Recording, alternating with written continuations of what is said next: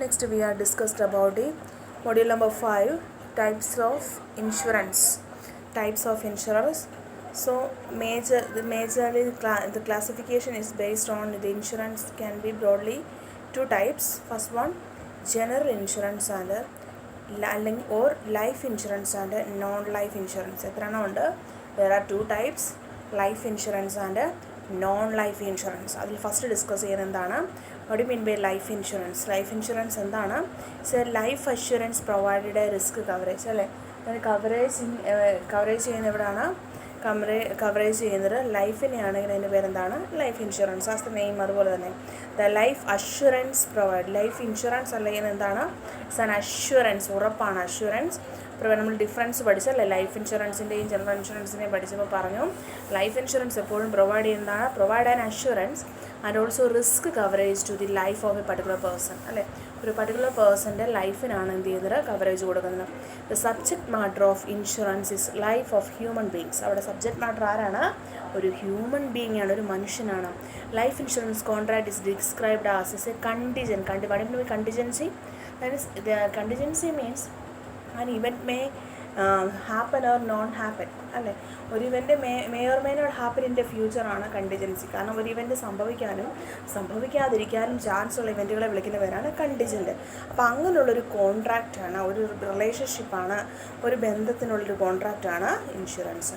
Because the loss of life cannot be compensated and only some assured paid to the insured dies. അവിടെ എന്ന് പറഞ്ഞാൽ ഒരിക്കലും നമ്മളിപ്പോൾ 5 ലക്ഷം രൂപയ്ക്കോ 6 ലക്ഷം രൂപയ്ക്കോ ഒരാൾക്ക് ഇൻഷുറൻസ് കൊടുത്തെന്നും പറഞ്ഞ് ഒരിക്കലും അതിലൊരു കോമ്പൻസേഷൻ ആവുന്നുണ്ടോ അയാൾക്ക്? ഇല്ല. അയാളുടെ സ്ഥാനത്ത് ഒരു റെസിപ്രോക്കലായിട്ട് മറ്റൊരാളെ വെക്കാൻ പറ്റുമോ? ഒരിക്കലും പറ്റില്ല. പക്ഷേ provide just as A paid ആയിട്ട് ഇൻഷുർഡ് ഡൈസ്. അതുകൊണ്ട് മരണപ്പെട്ടതിൻ്റെ തുല്യമായി ഇക്വലൻ്റായിട്ട് ഇന്ന് കൊടുക്കുന്നതല്ലാതെ ഒരിക്കലും അതിന് തുല്യമായിട്ട് പറയാൻ പറ്റത്തില്ല. കോമ്പൻസേഷനാണ്. Then also section 2 describe in Indian Insurance Act in 1932. അതായത് ഇൻഷുറൻസ് ആക്ട് എന്നാണ് 1938 ഡിഫൈൻ ചെയ്യുന്നത്. Life insurance as life insurance business is the business of എന്തിൻ്റെ effective contract on human life. ഇതിൻ്റെ കോൺട്രാക്റ്റാണ് ഹ്യൂമൻ ലൈഫിൻ്റെ കോൺട്രാക്റ്റാണ് ലൈഫ് ഇൻഷുറൻസ്. ദെൻ രണ്ട് ഡെഫിനേഷനുണ്ട്. According to R.S. Sharma define ചെയ്യുന്നത് life insurance is a contract may be defined whereby the insurer in consideration. ഞാൻ ആദ്യം തന്നെ പറഞ്ഞു, കൺസിഡറേഷൻ എന്തിൻ്റെ പേരിലാണ്? On the basis of premium. ഏതിൻ്റെ ബേസിലാണ്? Premium. Paid either in a lump sum. Lump sum means ഒരുമിച്ച് കൊടുക്കുക, അല്ലെങ്കിൽ or in a periodical instalment. അതായത് may be a half month or a monthly or quarterly അല്ലെങ്കിൽ ഹാഫ് മന്ത്ലി അങ്ങനെയാണ് കൊടുക്കുന്നത്. Then also to undertake a pay on annuity of a certain sum of money either on the death of insured or an expiry. അതായത് ഒന്നെങ്കിൽ എന്താണ് അയാളുടെ actual മരണം സംഭവിക്കുമ്പോഴോ അല്ലെങ്കിൽ on the expiry of the time. അതായത് എപ്പോഴാണ് കോൺട്രാക്റ്റ് അവസാനിക്കുന്നത് ആ സമയം of a certain number of years. അത് കുറച്ച് വർഷങ്ങളിലോട്ടുള്ള ഇയറിൽ ഇതിൽ എന്താണോ ആദ്യം സർട്ടൻ ആ ഫസ്റ്റിൽ സംഭവിക്കുന്നത്, സോ അതനുസരിച്ചായിരിക്കും എമൗണ്ട് പെയ്ഡ് ചെയ്യുന്നത്. സോ ഒരു രണ്ട് ഡെഫിനേഷനുണ്ട്. ഒന്നാമത്തെ Indian contract act insurance act in 1938 അതുപോലെ തന്നെ R.S. ശർമ്മ ഡീറ്റെയിൽ ആയിട്ട് പറയുന്നുണ്ട്. സോ ഈ രണ്ട് ഡെഫിനേഷനാണ് പ്രധാനമായും ഉള്ളത്.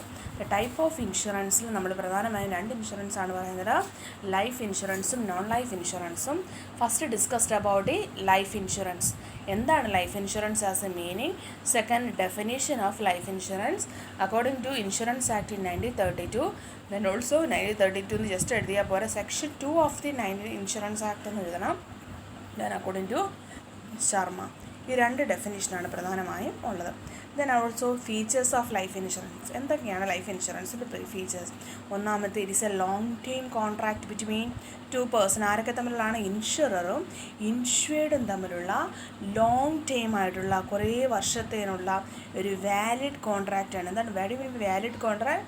വാലിഡ് എന്ന് പറഞ്ഞാൽ ഒരു കോൺട്രാക്റ്റിന് ഉണ്ടാകേണ്ട എന്തൊക്കെ ഫീച്ചറുണ്ടോ. ഇപ്പോൾ കോൺട്രാക്റ്റിനെ സംബന്ധിച്ചിടത്തോളം അത് റിട്ടേൺ ഫോർമാറ്റിലായിരിക്കണമെന്നുണ്ട്, രണ്ട് പാർട്ടികൾ മിനിമം വേണമെന്നുണ്ട്, മനസ്സിലായി? ഇങ്ങനെയുള്ള ഒരു സ്പെസിഫിക് പീരീഡ് വേണം. അതെല്ലാം സാക്ഷീകരിച്ച ഒരു കോൺട്രാക്റ്റാണ് ലൈഫ് ഇൻഷുറൻസ്. അതാണ് it's a long time contract. Then also the insurance company ഒരു ഇൻഷുറൻസ് കമ്പനി എന്ത് എഗ്രി ചെയ്യും? To pay sum assured either on the death of insured or on a maturity period അല്ലേ.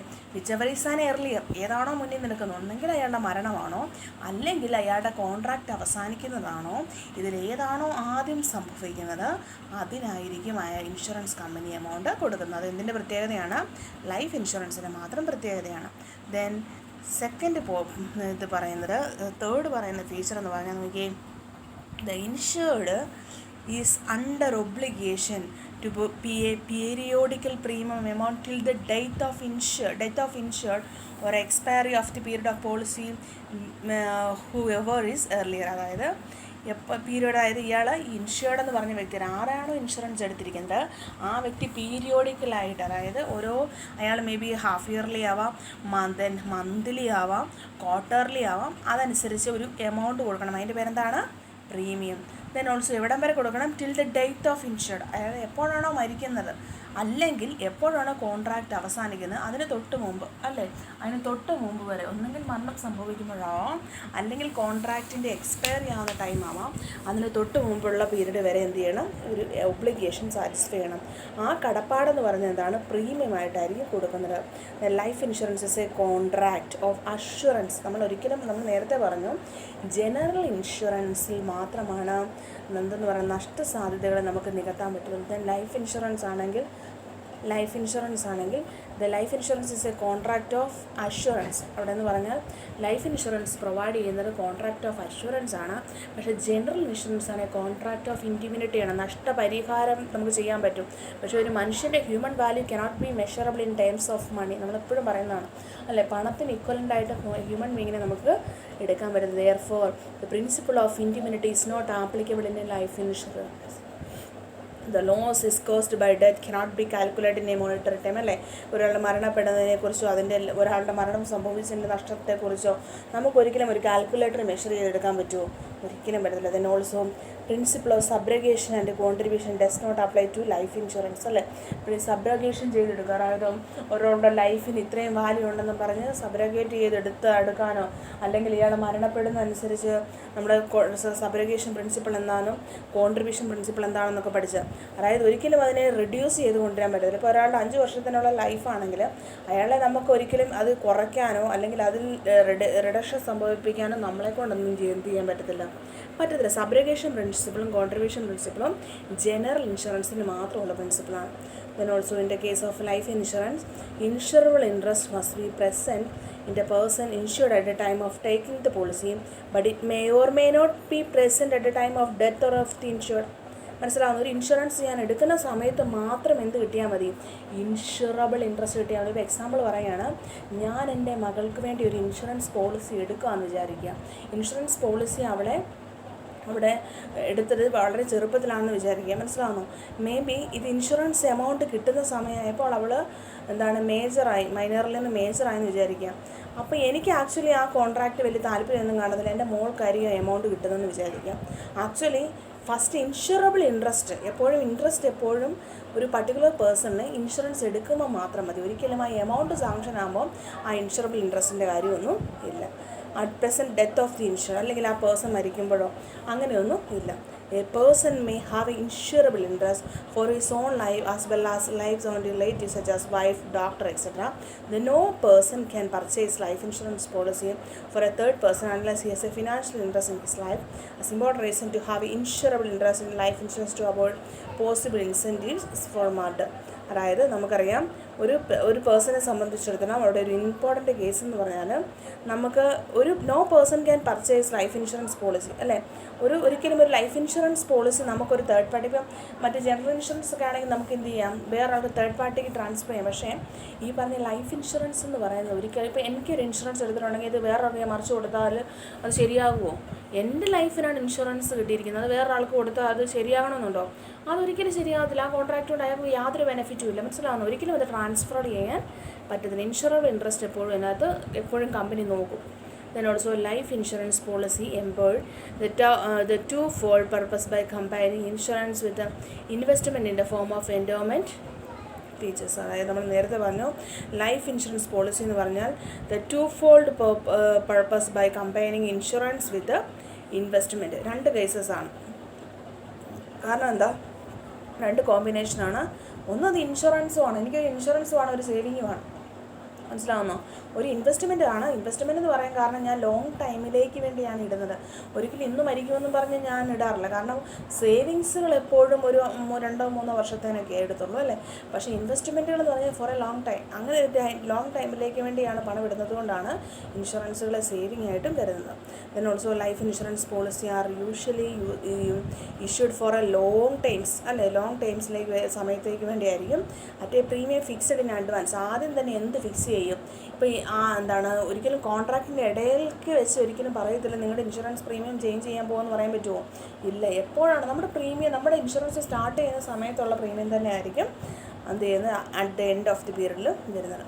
Then also life insurance extend financial support and protection to the dependent of the insured in the case of death. അല്ലെ, ഒരാൾ മരിക്കപ്പെടുവാണെങ്കിൽ അയാൾക്ക് കൊടുക്കുന്ന ഒരു financial സപ്പോർട്ടാണ്, അല്ലെങ്കിൽ പ്രൊട്ടക്ഷനാണ് അല്ലേ. നമ്മുടെ ഡിപ്പെൻഡൻറ്റിനെ, നമ്മളെ ആശ്രയിക്കുന്നവർക്ക് കൊടുക്കുന്നൊരു ഫിനാൻഷ്യൽ അസിസ്റ്റൻസ് ആണ് എന്തെന്ന് പറയുന്നത് ലൈഫ് ഇൻഷുറൻസ്.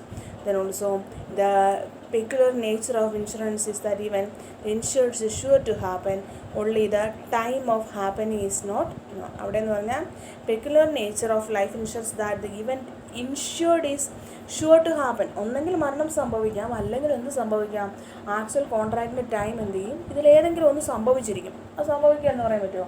ഇയാൾക്ക് മരണം സംഭവിക്കുക എന്ന് പറയാൻ പറ്റുമോ? ഒരിക്കലും പറ്റത്തില്ല. കോൺട്രാക്റ്റ് അവസാനിക്കുക എന്ന് പറയാൻ പറ്റുമോ? ഇതിലേതെങ്കിലും ഒന്ന് സംഭവിക്കും. That is only in the time of the happening is. അവിടെ എന്ന് പറഞ്ഞാൽ ഒരിക്കലും നമുക്ക് സമയം മാത്രം എന്ത് ചെയ്യാൻ പറ്റത്തില്ല, പ്രെഡിക്റ്റ് ചെയ്യാൻ പറ്റത്തില്ല.